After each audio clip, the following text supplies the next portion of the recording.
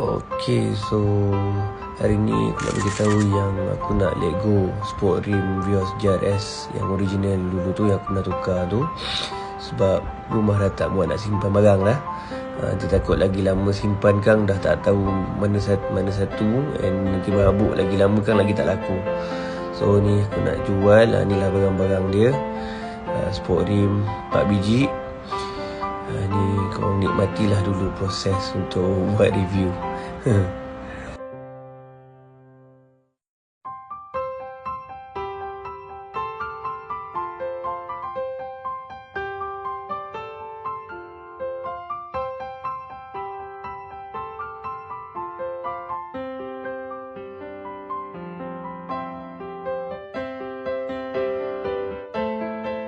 Macam korang tengok dalam video ni, sport rim Vios JRS lama tu, walaupun aku tak pakai tapi aku stay simpan dalam kotak, siap seal, simpan siap seal apa semua. So nak jagakan kualitinya tu.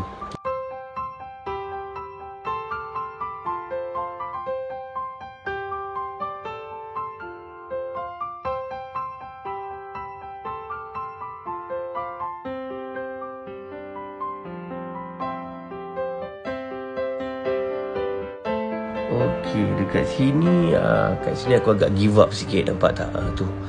Aku agak give up sikit sebab nak pasang gegelung tu, nak pasangkan gegelung tu dengan plastiknya tu kan, tu agak susah sikit. So give up banyak kali juga. So finally aku berjaya juga pasang untuk kemaskan lagi lah proses untuk aku simpan rim ni.